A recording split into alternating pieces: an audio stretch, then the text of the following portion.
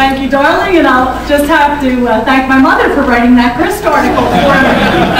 Well, good evening to all of you again tonight, and to Peck, thank you for our second year running now in joining forces to recognize and celebrate our heroes of environmental excellence in the Commonwealth of Pennsylvania. Very much appreciate your honoring those who work so hard for all of us. So, you know, I just stepped out a second ago and I saw this red light flashing on my BlackBerry. Now, usually I'm a person who, you know, that BlackBerry, I'm not addicted to it. Much. So I have some numbers for you. It's 7:45. Those weren't the numbers you were looking for. It's 60 degrees. I think as Kathleen will tell us, those days of those exit polls have exited. So we all will have to stay up late tonight and find out what the story is. But any way you slice it, I do think, and I will confess, you all can have your own opinions about this, but 6 weeks ago, when that spotlight unexpectedly turned to Pennsylvania, I was among those thinking, oh, this is going to get very old, very fast. Now, truth be told, the last couple days it has gotten old. But for me, what I have seen through most of that 6 weeks has been extraordinarily positive and extraordinarily reaffirming of a dynamism and a sense of interest and a sense of commitment and community and country that I have just been turned on by. I remember one day not too long ago, a week, 10 days ago, well, I guess it was 2 weeks ago, walking along Market Street in Camp Hill with my children, and I saw this older gentleman, and he just kept running into the street, and he was waving like this. And I thought, I don't know, there's not usually cabs going by, and I'm not quite sure what he's waving for, and we were stunned and walked up closer and closer and found that while he was coming this way, waving, there was somebody else about a block further on, waving in a different direction. And they were both waving towards these impromptu voter registration booths that had been set up on this corner or that corner. And I just loved to see that people were really caring, really turned on to this. And it made me think of, I guess, a bit of a theme of no matter what your flavor is, whether it's a blue flavor or a red flavor, whether it's a Hillary flavor, a Barack flavor, or a John flavor, to me it is an extremely enticing flavor these days. Why? Most particularly because it is so much of the American spirit. It is to me so much of up against the odds and beating the odds. So for Hillary, a female candidate leading the charge, strong, credible campaign up against the odds and beating the odds. And Barack Obama, a black man, the same thing. But John McCain, the same thing too. The party maverick, not the party favorite, up against the odds and beating the odds. And what a priceless thing for us to have in this day and age. It leads me also to think, you know, as we think economics, as we think about the innovations that have made America ever more a productive economy, well, one of them was that just-in-time inventories.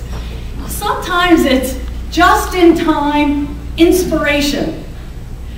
And you think about it, and it's a curiosity, I think, of how the universe ticks, maybe. So when you think of the darkest days of the Cold War, well, it was just-in-time inspiration as the first chip came out of that Berlin Wall. Or when you think about the great despair of apartheid, then it was up against the odds and just-in-time inventory when Nelson Mandela nonetheless walked out of that jail cell. In things environment, so most of you know, I kind of happen to know one or another Nobel Prize winners. No, I'm not thinking of him. I'm thinking of another Nobel Prize winner that maybe some of you tuned into as well, especially all of us in the shared commitment to our environment. So Wangari Maathai. Well, Wangari I got to know back in the days of working with then Senator Gore in the Senate, and I got to know her because a friend of hers introduced me to this woman who had dared to stand up against the bulldozers in the last green space in Nairobi, Kenya, up against Daniel Arap Moi, one of the most corrupt and brutal dictators in the world. And she had dared to stand up because that green space was one of the only places that people could go with their families and enjoy a little. And she was bound and determined that a 60-foot statue to Daniel Arap Moi was not going to take over that park. But he was bound and determined that her home would be destroyed, her office ransacked, that she would be brutally beaten, and that prison would be her home. And I came to know her during those days, but up against the odds, she not only herself walked free, but now launched one of the biggest movements that, true to the theme of this room, puts people to work on behalf of conservation, the Greenbelt movement, but at the same time has been the best balm to Kenya's economy, because the trees planted stopped the soil that otherwise was blowing away in the civil unrest. When there wasn't food, food was back because the soil was held. And so up against the odds, she's a Nobel Prize winner. But I think, while none of our awardees, because what they do is they keep their nose to the grindstone and they work so hard, would put themselves in that pantheon, I think the spirit is the same. That they went up against the odds that so many of you who are sponsoring tonight's event also go up against, and certainly PEC does, of the old jobs versus the environment versus the economy kind of approach, and beat those odds with the profits instead of just penalties, and with partnership instead of the kind of polarization we've seen for so long. And geez, if the primary didn't get tiresome, that idea gets tiresome to me. But our honorees in conserving our water resources and putting a spotlight on one part of our state in Pike County that is a treasure, in investing in energy efficiency, in reducing energy bills and cleaning up the environment. Our awardees are all about can-do and community and moving us forward. Now, I guess the thought that I want to emphasize though tonight is why I think in this day and age that spirit is genuinely priceless to us. If you remember when we gathered last year for PEC's first inaugural Shining a Light and honoring our Environmental Excellence awardees, the world had just changed 2 or 3 days before the event, and we had heavy hearts because of the loss of life at Virginia Tech. But if you remembered, we gathered our spirit and said, but that's all the more reason why we're here. Because we're calling forth and identifying and celebrating the better angels of our nature. And we better do that, because it's important to remember all the good that's there as well. So I think we need that reservoir now even more, because in the last year, the world has changed again. And I'm going to throw some stats, and for those of you who know me, I'm not a gloom and doom type of person. You can see I'm very gloomy. So that's not what this is about. But it is to say that I think there's a chance, if we don't focus on these things, we are the frog in the slowly warming up water and not recognizing what's happening and unfolding. When the governor came into office 5.5 years ago, oil was $23 a barrel. I remember going to Wall Street back then because we were going to be a leader in renewable energy and trying to convince them that they wanted to invest in Pennsylvania and build out alternative energy, and they were convinced. The master masters of the universe on Wall Street that there's no way that oil would even get to $30. Well, we're at $120, actually. Those numbers, last numbers, late today. Mexico this morning, I heard on NPR, on WITF, has revised its forecast. Since we met last year, Mexico made a stunning announcement about 6 months ago. And that announcement was that the second leading supplier of oil to the United States would be out of oil for export in 7 years.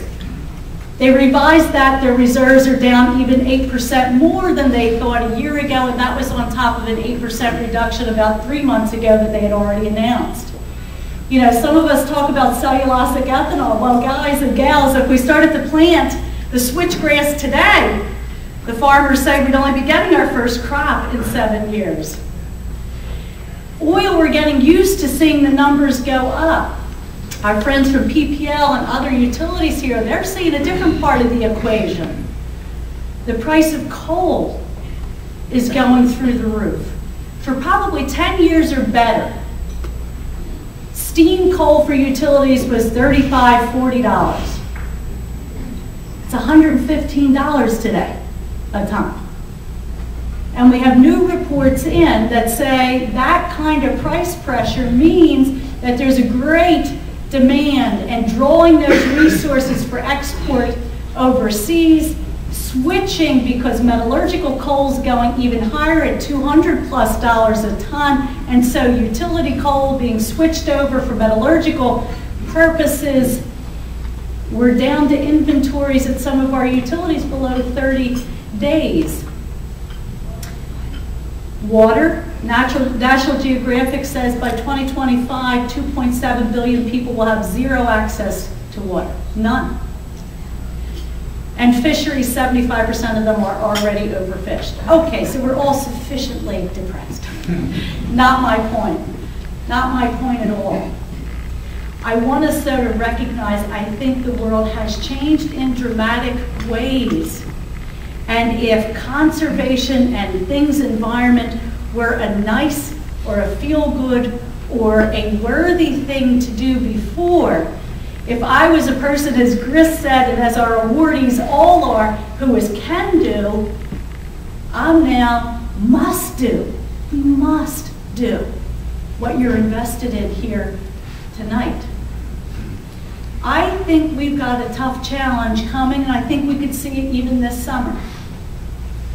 Whether it is a price issue or a scarcity issue, I'm not sure which it'll be. It might be a combination. It will test our inventiveness, it will test our creativity, and it will test whether it is the better angels of our nature that come forward, or whether it is, as a Shell economist warned this morning again on WITF, a scramble for supply. That's their forecast now. Related to that, I saw the Chinese electricity minister directing Chinese utilities get about full vertical integration, no more buying feedstocks by the feedstock company, lock it up. We will be tested. But all of you represent the spirit, the enterprise, the inventiveness that say that challenge will bring forth our best days of partnership and creativity and determination to always make the whole a sum of our collective hearts and spirit and best efforts. And that's what PEC is about. It's what all of the sponsors here have been about. And I know you all agree with me in saying and knowing that it is indeed what our honorees are about. In your hands, America's days and the planet's days are bright. Thank you very, very much.